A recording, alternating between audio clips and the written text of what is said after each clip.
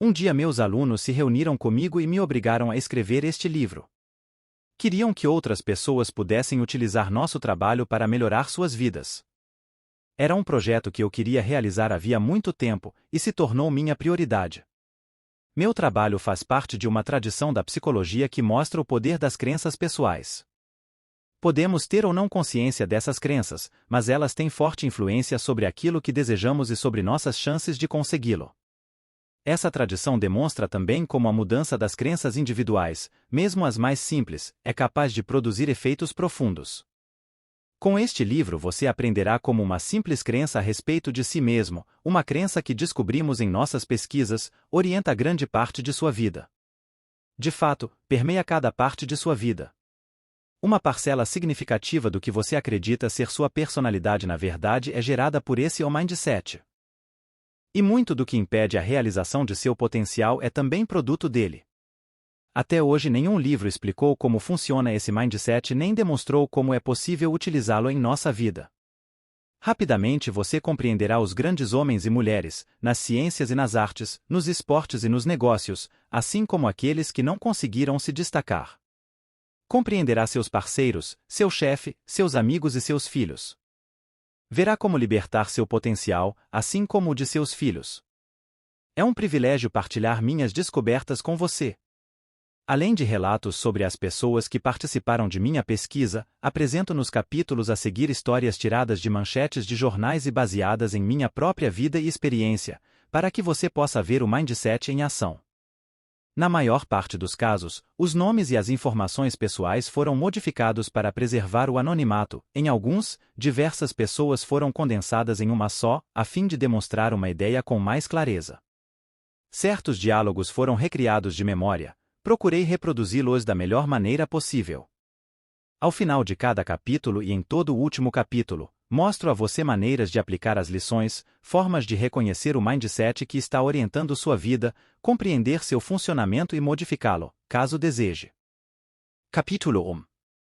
Os mindsets. Quando eu era uma jovem pesquisadora, em início de carreira, aconteceu algo que mudou minha vida. Eu era obcecada pela ideia de compreender como as pessoas lidam com fracassos, e resolvi estudar esse tema observando como os estudantes lidavam com problemas difíceis. Assim, levei várias crianças, uma de cada vez, a uma sala em sua escola, onde as deixei ficar à vontade com uma série de quebra-cabeças para resolver. Os primeiros eram bastante fáceis, mas os seguintes iam ficando mais difíceis. Enquanto as crianças resmungavam, suavam e se esforçavam, eu observava suas estratégias e investigava o que pensavam e sentiam. Esperava encontrar diferenças no modo como enfrentavam as dificuldades, mas percebi uma coisa que jamais havia imaginado.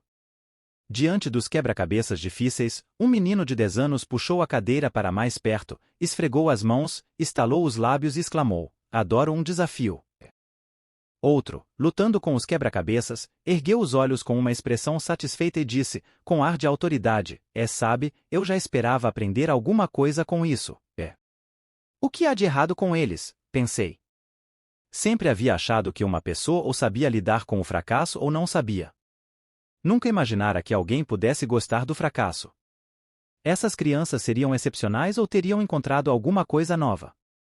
Todos temos um exemplo a seguir, alguém que nos indicou o caminho num momento crítico de nossas vidas. Aquelas crianças se tornaram meus modelos de comportamento. Evidentemente sabiam algo que eu desconhecia, e eu estava decidida a descobrir o que era, a entender o tipo de mindset capaz de transformar o fracasso em um dom. Que sabiam elas? Sabiam que as qualidades humanas, tais como as habilidades intelectuais, podem ser cultivadas por meio do esforço. E era isso que estavam fazendo, tornando-se mais inteligentes. Não apenas o fracasso não as desestimulava, como nem sequer imaginavam que estivessem fracassando. Achavam que estavam aprendendo. Eu, por outro lado, achava que as qualidades humanas eram esculpidas em pedra. Ou você era inteligente ou não era, e o fracasso significava que não era. Simples assim. Se conseguia planejar os êxitos e evitar os fracassos, a qualquer custo, poderia continuar sendo inteligente. Os esforços, os erros e a perseverança não faziam parte desse panorama. A questão de saber se as qualidades humanas podem ser cultivadas ou se são imutáveis é antiga. A novidade é o que essas crenças significam para você. Quais são as consequências de imaginar que nossa inteligência ou nossa personalidade são características que podemos desenvolver, em vez de constituírem algo fixo, um traço profundamente arraigado? Examinaremos inicialmente o antiquíssimo e feroz debate a respeito da natureza humana e em seguida voltaremos à questão de saber o que tais crenças significam para você. Por que as pessoas são diferentes? Desde o começo dos tempos, as pessoas pensaram, agiram e viveram de modo diverso umas das outras. Obviamente alguém iria querer saber por que as pessoas eram diferentes, por que algumas são mais inteligentes ou mais éticas, e se havia alguma coisa que as tornava permanentemente distintas. Essa questão foi vista de duas maneiras pelos estudiosos. Alguns afirmavam que havia forte base física para as diferenças, que as tornava inevitáveis e inalteráveis. Ao longo do tempo, a essas alegadas diferenças físicas foram acrescidos as protuberâncias cranianas, frenologia, o tamanho e a forma do crânio, craniologia e, hoje em dia, os genes. Outros apontaram para a grande diversidade de formação de cada pessoa, suas experiências, o treinamento ou formas de aprendizado. Talvez você se surpreenda ao saber que um dos grandes defensores dessa opinião foi Alfred Binet, inventor do teste de quociente de inteligência, QI. Seria o objetivo desse teste resumir a inteligência imutável das crianças? Na verdade, não. Binet, francês que trabalhou em Paris no início do século XX, pretendia identificar as crianças que não estivessem obtendo êxito no aprendizado nas escolas públicas parisienses, a fim de possibilitar a criação de novos programas educativos que permitissem a sua recuperação. Sem negar as diferenças individuais nos intelectos infantis, Binet acreditava que a educação e a prática seriam capazes de produzir mudanças fundamentais na inteligência. Eis um trecho de uma de suas principais obras, Ideias Modernas sobre as Crianças, no qual ele resume o trabalho que realizou com centenas de crianças que tinham dificuldades de aprendizado. Alguns filósofos modernos afirmam que a inteligência de um indivíduo é uma quantidade fixa, uma quantidade que não pode ser aumentada. Devemos reagir e protestar contra esse pessimismo brutal. Com a prática, o treinamento e, acima de tudo, o método somos capazes de aperfeiçoar nossa atenção, nossa memória e nossa capacidade de julgamento, tornando-nos literalmente mais inteligentes do que éramos antes. Quem terá razão? Hoje em dia, a maioria dos especialistas concorda que não há uma única resposta. Não se trata de natureza ou estímulo, genes ou meio ambiente. A partir da concepção, há um intercâmbio constante entre uma coisa e outra. Com efeito, como diz Gilbert Gottlieb, eminente neurocientista, não apenas os genes e o meio ambiente cooperam entre si à medida que nos desenvolvemos, como os genes necessitam da contribuição do meio ambiente, a fim de funcionar de maneira adequada. Ao mesmo tempo, os cientistas estão percebendo que as pessoas têm maior capacidade do que se havia imaginado para aprender e desenvolver o cérebro durante toda a vida. É claro que cada um possui uma dotação genética específica. As pessoas podem ter diferentes temperamentos e aptidões no início de suas vidas, mas evidentemente a experiência, o treinamento e o esforço pessoal conduzem-nas no restante do percurso. Robert Serberger, o guru da inteligência na atualidade, escreveu que o principal modo de aquisição de conhecimento especializado não é alguma capacidade prévia e fixa, e sim a dedicação com objetivo. Ou, como reconheceu seu precursor Binet, nem sempre as pessoas que começam a vida como as mais inteligentes acabam sendo as mais inteligentes. O que tudo isso significa para você? Os dois tipos de mindset. Ouvir opiniões de sábios sobre assuntos científicos é uma coisa. Outra é compreender de que forma essas opiniões se aplicam a você. Minhas pesquisas ao longo de 20 anos demonstraram que a opinião que você adota a respeito de si mesmo afeta profundamente a maneira pela qual você leva a sua vida. Ela pode decidir se você se tornará a pessoa que deseja ser e se realizará aquilo que é importante para você. Como acontece isso? Como pode uma simples crença ter o poder de transformar sua psicologia e, consequentemente, sua vida, acreditar que suas qualidades são imutáveis, o mindset fixo, cria a necessidade constante de provar a si mesmo seu valor. Se você possui apenas uma quantidade limitada de inteligência, determinada personalidade e certo caráter moral, nesse caso terá de provar a si mesmo que essas doses são saudáveis. Não lhe agradaria parecer ou sentir-se deficiente quanto a essas características fundamentais. Alguns de nós aprendemos a adotar esse mindset desde a infância. Ainda criança, eu me preocupava em ser inteligente, mas o verdadeiro mindset ficou na verdade marcado em mim por causa da Sra. Wilson, minha professora da sexta série. Ao contrário de Alfred Binet, ela achava que os resultados do QI revelavam exatamente quem eram as pessoas. Nossas carteiras na sala eram arrumadas em ordem de QI, e somente os alunos de QI mais elevado eram encarregados de transportar a bandeira, cuidar dos apagadores ou levar um bilhete ao diretor. Além da ansiedade que diariamente provocava com sua atitude julgadora, criava também um mindset fixo no qual cada criança da classe tinha um objetivo primordial: parecer inteligente, não boba. Quem poderia se ocupar de aprender, ou achar isso divertido, quando a totalidade de nosso ser se sentia ameaçada cada vez que ela nos dava uma prova ou nos interrogava na aula? Já vi inúmeras pessoas que têm o único objetivo essencial de provar a si mesmas, na sala de aula, em suas carreiras e em seus relacionamentos. Cada situação exige uma confirmação de sua inteligência, personalidade ou caráter. Cada situação passa por uma avaliação: terei sucesso ou fracassarei? Farei papel de tolo ou me mostrarei inteligente? Serei aceito ou rejeitado? Vou me sentir vencedor ou derrotado? Mas não é fato que nossa sociedade valoriza a inteligência, a personalidade e o caráter? Não é normal querer desenvolver essas características? Sim, mas há outro mindset no qual essas características não são simplesmente como cartas de baralho que você recebe e com as quais tem de viver, sempre tentando convencer a si mesmo e aos demais que tem um royal flush nas mãos, quando no íntimo teme ter somente um par de 10. Nesse outro mindset, as cartas recebidas constituem apenas o ponto de partida do desenvolvimento. Esse mindset de crescimento se baseia na crença de que você é capaz de cultivar suas qualidades básicas por meio de seus próprios esforços. Embora as pessoas possam diferir umas das outras de muitas maneiras, em seus talentos e aptidões iniciais, interesses ou temperamentos, cada um de nós é capaz de se modificar e desenvolver por meio do esforço e da experiência.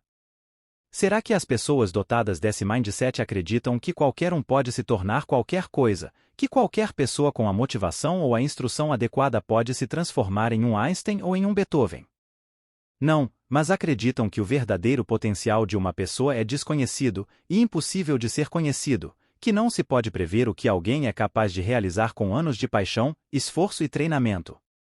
Você sabia que Darwin e Tolstói foram considerados alunos medianos? Que Ben Hogan, um dos maiores jogadores de golfe de todos os tempos, era completamente descoordenado e desajeitado quando criança.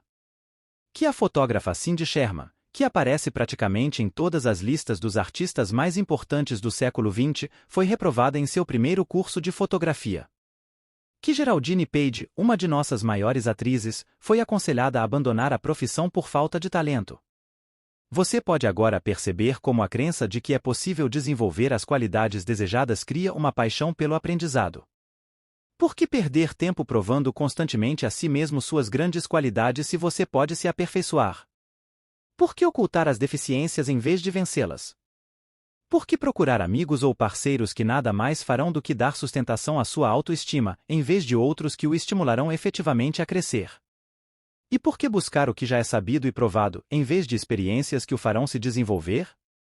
A paixão pela busca de seu desenvolvimento e por prosseguir nesse caminho, mesmo, e especialmente, quando as coisas não vão bem, é o marco distintivo do mindset de crescimento. Esse é o mindset que permite às pessoas prosperar em alguns dos momentos mais desafiadores de suas vidas. Uma visão a partir de cada mindset. Para ter uma melhor visão do funcionamento dos dois mindsets, imagine, da forma mais vívida possível, que você é um jovem num dia realmente ruim. Certo dia, você está numa aula muito importante para você e da qual gosta muito. O professor entrega aos alunos as provas de meio de semestre corrigidas. Sua nota foi 5. Você fica muito decepcionado. Naquela tarde, ao voltar para casa, descobre que seu carro foi multado por estacionamento em local proibido. Completamente frustrado, você telefona para seu melhor amigo para compartilhar tudo o que lhe aconteceu, mas ele não lhe dá muita atenção. O que você pensaria? O que sentiria? O que faria? As pessoas que adotam o mindset fixo me responderam assim: eu me sentiria rejeitado, sou um fracasso total, sou um idiota, sou um perdedor, me sentiria inútil e tolo, todos os outros são melhores do que eu, sou um lixo. Em outras palavras, entenderiam o que aconteceu como uma medida direta de sua competência e de seu valor. Eis o que pensariam sobre suas vidas: minha vida é lamentável, não tenho vida, alguém lá em cima não gosta de mim, todos estão contra mim. Alguém quer acabar comigo, ninguém gosta de mim, todos me odeiam, a vida é injusta e todos os esforços são inúteis, a vida é um horror. Sou um idiota. Nada de bom me acontece, sou a pessoa mais sem sorte do mundo. Perdão, mas houve morte e destruição ou simplesmente uma nota baixa, uma multa e um telefonema desagradável? Serão essas apenas pessoas com baixa autoestima? Ou serão pessimistas de carteirinha? Não. Quando não estão lidando com o fracasso, sentem-se tão valiosas e otimistas, e inteligentes e atraentes, quanto as que adotam o mindset de crescimento. Então, de que maneira lidam com o fracasso? Eu não me preocuparia em perder tempo me esforçando para fazer bem qualquer coisa. Em outras palavras, não deixarei que ninguém me avalie novamente. Não farei nada. Ficarei na cama. Vou encher a cara. Vou comer. Vou dar uma bronca em alguém se tiver oportunidade. Vou comer chocolate. Vou ouvir música e ficar de cara feia. Vou entrar no armário e ficar lá dentro. Vou arranjar uma briga com alguém. Vou chorar. Vou quebrar alguma coisa. Que mais posso fazer?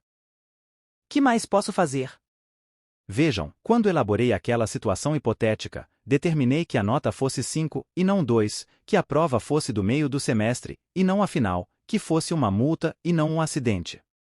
O amigo do protagonista não lhe deu muita atenção, mas não o rejeitou completamente.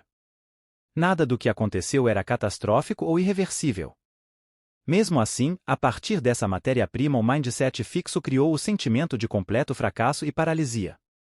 Quando propus a mesma situação a pessoas de mindset de crescimento, eis o que responderam: é preciso me esforçar mais na matéria e ser mais cuidadoso quando estacionar o carro. Imagino que meu amigo tenha tido um dia difícil. A nota 5 mostra que devo me dedicar muito mais às aulas, mas ainda tenho o resto do semestre para melhorar a média. Houve muitas outras respostas como essas, mas acho que você já entendeu. Como essas pessoas enfrentariam o fracasso? Directamente. Eu começaria a pensar em estudar com mais empenho, ou estudar de maneira diferente, para a próxima prova da matéria, pagaria a multa e esclareceria as coisas com meu amigo na próxima vez em que nos falássemos. Verificaria em que fui mal na prova, tomaria a decisão de melhorar, pagaria a multa e ligaria para meu amigo para explicar que no dia anterior eu estava nervoso. Estudaria mais para a prova seguinte, conversaria com o professor, seria mais cuidadoso ao estacionar ou contestaria a multa, e procuraria saber qual tinha sido o problema de meu amigo. Qualquer que fosse seu mindset, você ficaria chateado. Quem não ficaria? Notas baixas, multas ou desinteresse da parte de um amigo ou pessoa querida não são coisas agradáveis.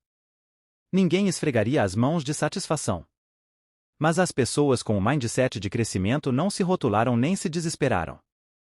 Embora se sentissem aflitas, estavam dispostas a assumir os riscos, enfrentar os desafios e continuar a se esforçar. Mas, então, qual é a novidade? Essa é uma ideia nova? Há muitos ditados que mostram a importância do risco e o poder da persistência, como quem não arrisca não petisca, e se não der certo da primeira vez, tente uma segunda e uma terceira ou Roma não foi feita em um só dia.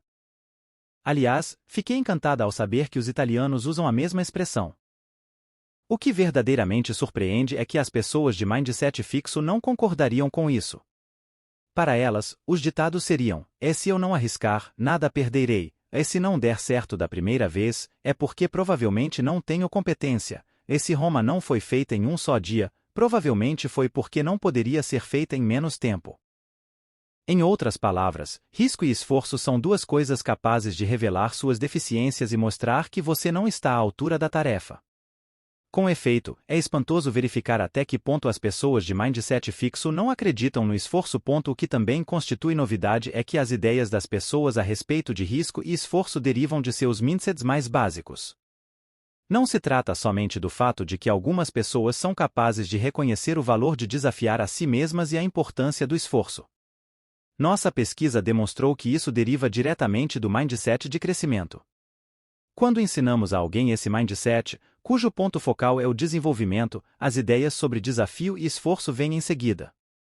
Da mesma forma, não se trata somente de que para algumas pessoas o desafio e o esforço podem não ser agradáveis. Quando, temporariamente, colocamos alguém num mindset fixo, que se concentra nas características permanentes, essa pessoa rapidamente passa a temer o desafio e a desvalorizar o esforço. Vemos com frequência livros com títulos como Os 10 Segredos das Pessoas Mais Bem-Sucedidas do Mundo lotando as prateleiras das livrarias, e esses livros podem fornecer muitas dicas úteis. Mas em geral nada mais são do que uma lista de conselhos sem relação uns com os outros, como, assuma mais riscos, ou acredite em você mesmo. Você passa a admirar as pessoas capazes de fazer isso, mas nunca fica claro de que forma essas coisas se interrelacionam ou como você poderia alcançar esse caminho. Assim, você se sente inspirado durante alguns dias, mas basicamente as pessoas mais bem-sucedidas do mundo conservam seus segredos bem guardados. Ao contrário disso, à medida que você começa a compreender os mindsets fixo e de crescimento, passa a ver exatamente como uma coisa leva a outra, como a crença de que suas qualidades são imutáveis gera diferentes pensamentos e atos, e como a crença de que suas qualidades são suscetíveis de serem cultivadas gera diferentes pensamentos e atos, guiando-o por um caminho completamente distinto. É o que nós, psicólogos, chamamos de uma experiência de descoberta.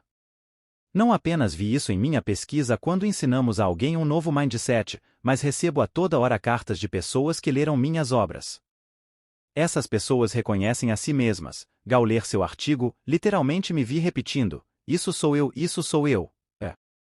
Percebem as conexões. Seu artigo me entusiasmou. Senti que havia descoberto o segredo do universo. Sentem que seus mindsets se reorientam. Sem dúvida sou capaz de relatar uma espécie de revolução pessoal que acontece em meu próprio raciocínio, e esse sentimento é excitante. E são capazes de pôr essas novas ideias em prática para si mesmas e para os outros. E seu trabalho permitiu que eu transformasse meu trabalho com crianças e olhasse a educação por um prisma completamente diferente ou gostaria de informá-la do impacto, tanto no nível pessoal quanto no prático, que sua extraordinária pesquisa trouxe para centenas de estudantes. Autopercepção: quem tem ideias precisas sobre suas capacidades e limitações. Bem, pessoas com mindset de crescimento podem não se achar nenhum Einstein ou Beethoven, mas não será mais provável que tenham opiniões exageradas a respeito de suas capacidades e busquem coisas além de seu nível de competência? De fato, estudos mostram que poucos sabem avaliar suas capacidades. Recentemente, procuramos investigar que tipo de pessoa conseguiria fazer avaliações mais precisas sobre si mesma. Sem dúvida, verificamos que há muito pouca exatidão nas estimativas de seu desempenho e de suas capacidades.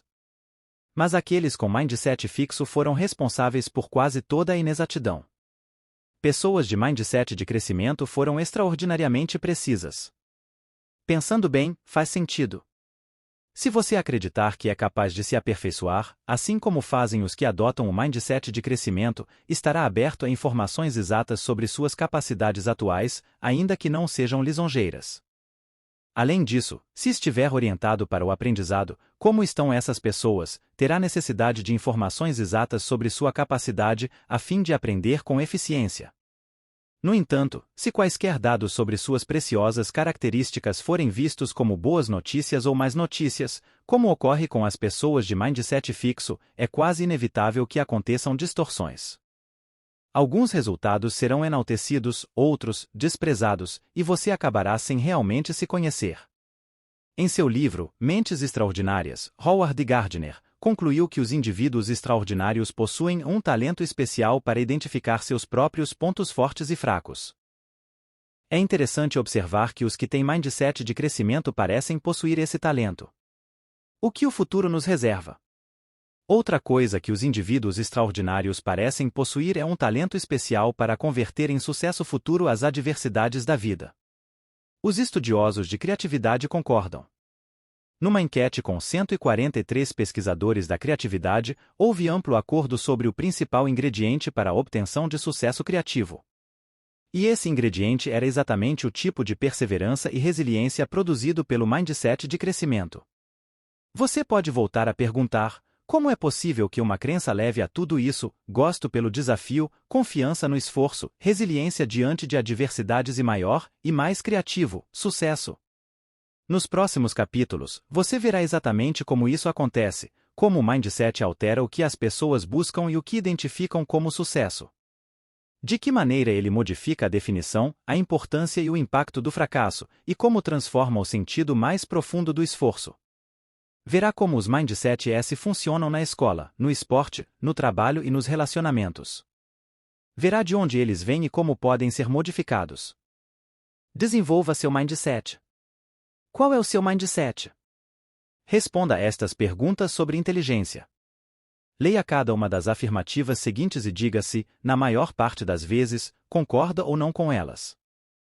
1. Sua inteligência é algo muito pessoal, e você não pode transformá-la demais. 2. Você é capaz de aprender coisas novas, mas, na verdade, não pode mudar seu nível de inteligência. 3. Qualquer que seja seu nível de inteligência, sempre é possível modificá-la bastante. 4. Você é capaz de mudar substancialmente seu nível de inteligência. As afirmativas 1 e 2 referem-se ao mindset fixo. As de número 3 e 4 refletem o mindset de crescimento. Com qual dos dois grupos você concorda mais? É possível que sua resposta seja mista, mas a maioria das pessoas se inclina mais para um grupo do que para o outro. Você também possui crenças a respeito de outras capacidades. Pode substituir a inteligência ou por o talento artístico, o tino comercial ou a aptidão para esportes. Tente fazer isso. Não se trata somente de suas aptidões, mas também de suas qualidades pessoais.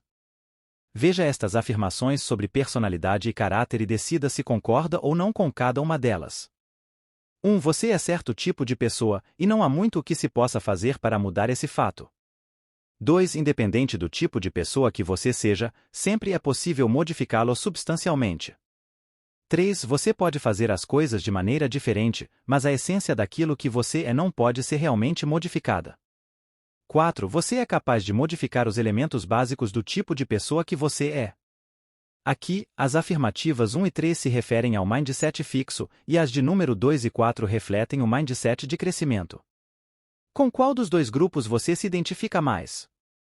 Seria esse resultado diferente de seu mindset em relação à inteligência? É possível. Seu mindset para a inteligência entra em ação quando as situações envolvem capacidade mental. Seu mindset para a personalidade entra em ação nas situações que envolvem suas qualidades pessoais, por exemplo, quão confiável, cooperativo, atencioso ou socialmente habilidoso você é. O mindset fixo faz com que você se preocupe com a forma pela qual será avaliado, o mindset de crescimento torna-o interessado em seu aperfeiçoamento. Eis aqui algumas outras situações para se pensar sobre os Mindset S. Pense em alguém que você conheça que esteja mergulhado no mindset fixo. Veja como essas pessoas sempre procuram se pôr à prova e como são supersensíveis a respeito da possibilidade de terem opiniões equivocadas ou de cometerem erros. Você já se perguntou por que elas são assim? Você é assim? Agora você pode começar a compreender os motivos. Pense em alguém que você conheça que tenha as aptidões do mindset de crescimento, alguém que compreenda que as qualidades importantes podem ser cultivadas. Pense em como essas pessoas enfrentam os obstáculos. Pense naquilo que fazem para se aperfeiçoar. Em que você gostaria de se modificar ou aperfeiçoar? Muito bem, agora imagine que você resolveu aprender um novo idioma e se matriculou num curso. Depois de algumas aulas, o professor chama você para a frente da sala e começa a lhe fazer uma série de perguntas. Coloque-se na posição de quem tem um mindset fixo. Sua capacidade está em jogo. É capaz de sentir que todos os colegas estão olhando para você? É capaz de ver a fisionomia do professor enquanto o avalia? Sinta a tensão, sinta seu ego estilhaçar-se e hesitar. Em que mais você está pensando e o que está sentindo? Agora se coloque no lugar de uma pessoa com mindset de crescimento. Você é iniciante e por isso está ali. Está ali para aprender. O professor é um facilitador para o aprendizado. Sinta que a tensão se esvai, sinta sua mente se abrir. A mensagem é a seguinte: você é capaz de mudar seu mindset.